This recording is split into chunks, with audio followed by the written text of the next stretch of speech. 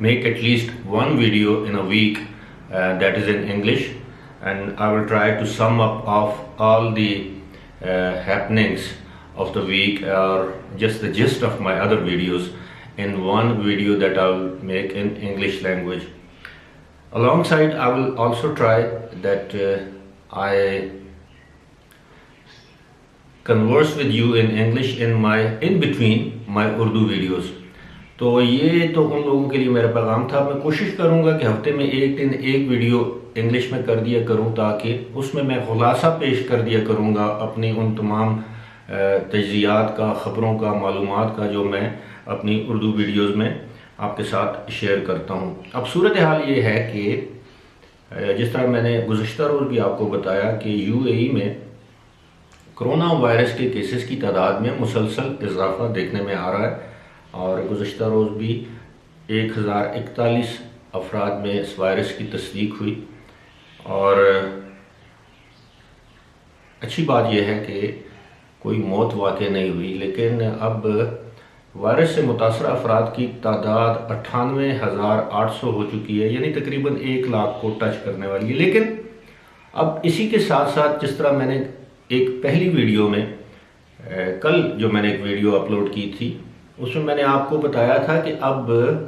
جس طرح کہتے ہیں نا کہ کسی مشکل کے ساتھ پھر اللہ تعالیٰ آپ کے لیے آسانیاں بھی پیدا کرتا ہے، تو آسانی میری سمجھ کے مطابق یہ ہے کہ آہستہ آہستہ اب یو اے میں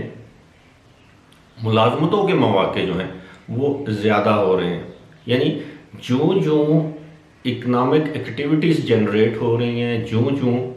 کاروبار کھل رہے ہیں، کاروبار ترقی کر رہے ہیں آہستہ آہستہ سے، اسی طرح اسی حساب سے اسی تناسب سے اب یو اے میں ملازمت کے مواقع بھی پیدا ہو رہے ہیں۔ خلیجی اخبار یعنی یو اے کے اخبار خلیج ٹائمز نے اپنے حالیہ ایک تجزیے میں یا سروے میں یہ اس بات کا دعویٰ کیا ہے کہ اگرچہ اس وقت یو اے میں 30% تک جو تنخواہیں ہیں، جو سیلریز ہیں، ان میں کٹ لگی ہے یا ان میں کٹوتی ہوئی ہے، لیکن اس کے باوجود اب کچھ سیکٹرز یا شعبے ایسے ہیں جن میں اب جاب اپرچونٹیز جو ہیں وہ زیادہ ہو رہی ہیں۔ اب کون سے ایسے شعبے ہیں؟ اس میں ای کامرس ہے، اس میں مارکیٹنگ ہے، اس میں دیگر کاروباری شعبے ہیں، اس میں ایجوکیشن ہے، ہیلتھ سیکٹر ہے، لائف سائنسز ہیں، دیگر اس طرح کے جو شعبہ جات ہیں وہاں پر اس وقت ڈیمانڈ بڑھ رہی ہے، اور جو ہیڈ ہنٹرز جنہیں ہم کہتے ہیں وہاں پر جو آپ کی جاب دلانے میں آپ کو فیسیلیٹیٹ کرتے ہیں، اب وہ کہہ رہے ہیں کہ اب ان کے پاس کمپنیز کی جانب سے اس طرح کی آفرز آ رہی ہیں یا ان کو جو لوگ چاہیے اس حوالے سے، اور کچھ ایسی کمپنیز کا ذکر کیا گیا ہے کہ جن کو اب 30 سے 40 افراد کی ضرورت ہے۔ یہ اتنی بڑی کمپنیز نہیں ہیں۔ میں یہ لیبر مارکیٹ کی میں بات نہیں کر رہا، میں دوسری جاب مارکیٹ کی بات کر رہا ہوں جس میں سکلڈ یا سیمی سکلڈ جو لوگ ہیں، خاص طور پر پڑھے لکھے جو لوگ ہیں، جو جاب لیس ہیں یا جن کی تنخواہیں کٹ گئی ہیں یا جن کو ان پیڈ لیو پر بھیجا گیا ہے، میں ان لوگوں کی بات کر رہا ہوں۔ If they are interested in this, they can avail this opportunity and they can submit their CV to different recruitment agencies, or they can personally meet job hunters جن کو یہ ذمہ داری سونپی جاتی ہے، جو قانونی طور پر آپ کے لیے وہاں پہ نوکری ڈھونڈ کے دیتے ہیں، یا نوکری ان کے پاس موجود ہوتی ہے، اور اگر آپ جائیں if you are the right person for the right job تو obviously they will offer you a job۔ اب یہ ساری صورتحال ایسی ہے، مجھے ایسے لگتا ہے کہ اب آئندہ چند دنوں میں یا چند ہفتوں میں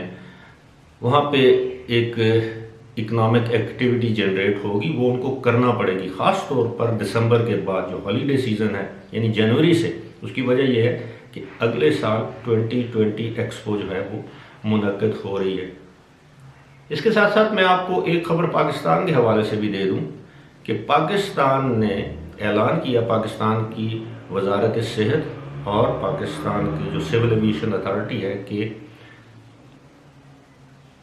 یو اے ای سمیت دیگر جو ممالک جو بی کیٹیگری میں ہیں ان ممالک سے پاکستان آنے والے افراد کے لیے کرونا جو وائرس کا جو سرٹیفکیٹ ہے وہ لازمی ہے، اور 31 دسمبر تک یہ شرط برقرار رکھی جائے گی، اور اس کے بعد ریویو کیا جائے گا کہ کیا یہ جو کنڈیشن ہے اس کو برقرار رکھا جائے یا اس کو ہٹا دیا جائے۔ یاد رہے کہ یو اے ای، برازیل اور فلپائن اور دیگر جو ممالک ہیں، کچھ اور ساؤتھ افریقہ وغیرہ، یہ ایسے ممالک ہیں جو بی کیٹیگری میں ہیں، جہاں سے پاکستان آنے والوں کے لیے کرونا وائرس کا نیگیٹو ٹیسٹ ہونا لازمی ہے، جبکہ امریکہ، آسٹریلیا، برطانیہ، جرمنی، سعودی عرب اور 2-4 ممالک اور ہیں، سنگاپور، جاپان وغیرہ، یہ ایک کیٹیگری میں ہیں۔ یہاں سے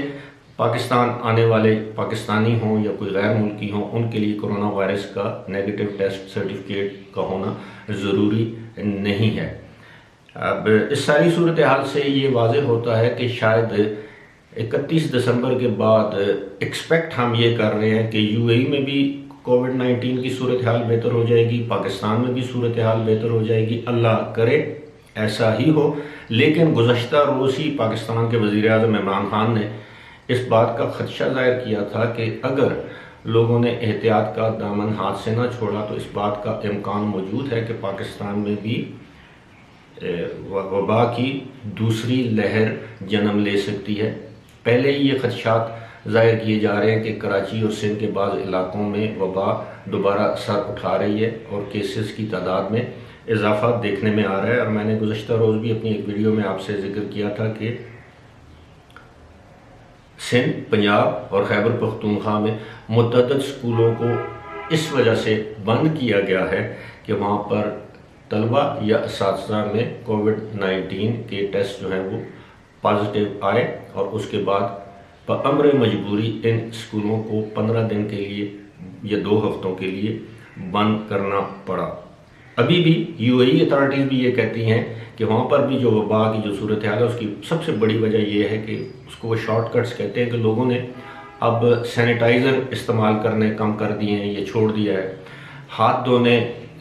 کم کر دیے ہیں یا چھوڑ دیے ہیں، یعنی دن میں اگر پہلے وہ 10 مرتبہ ہاتھ دھوتے تھے تو اب شاید 1 یا 2 مرتبہ دھوتے ہوں گے۔ اسی طرح لوگوں نے گلے ملنا شروع کر دیا ہے، ماسک کے حوالے سے بے احتیاطی کرنے، اور یہی وجہ ہے کہ اب کیسز میں دوبارہ اضافہ دیکھنے میں آ رہا ہے۔ چلتے چلتے ایک بات آپ کو یہ بھی بتا دوں کہ ہم سمجھتے تھے کہ جہازوں میں بیٹھنے سے جہاز پوری طرح سینیٹائز کیا جاتا ہے، اسٹرلائز کیا جاتا ہے اور اس میں کوئی خطرہ نہیں، تو ایک نئی اسٹڈی سامنے آئی ہے، اس پر پھر کسی دن میں تبصرہ کروں گا کہ جہازوں میں بھی اس کی وبا پھیلنے کے امکانات بدستور موجود ہیں، اور خاص طور پر وہ لوگ جو کہ ونڈو سیٹ لیتے ہیں، یعنی کھڑکی کی جانب جو سیٹ ہوتی ہے اس پر بیٹھنا پسند کرتے ہیں، ان کو وبا لاحق ہونے کے جو امکانات ہیں وہ سب سے زیادہ ہیں وہ لوگ جو آپٹ کرتے ہیں فار دا ونڈو سیٹ۔ فی الحال اسی کے ساتھ مجھے دیجیے اجازت، خدا حافظ۔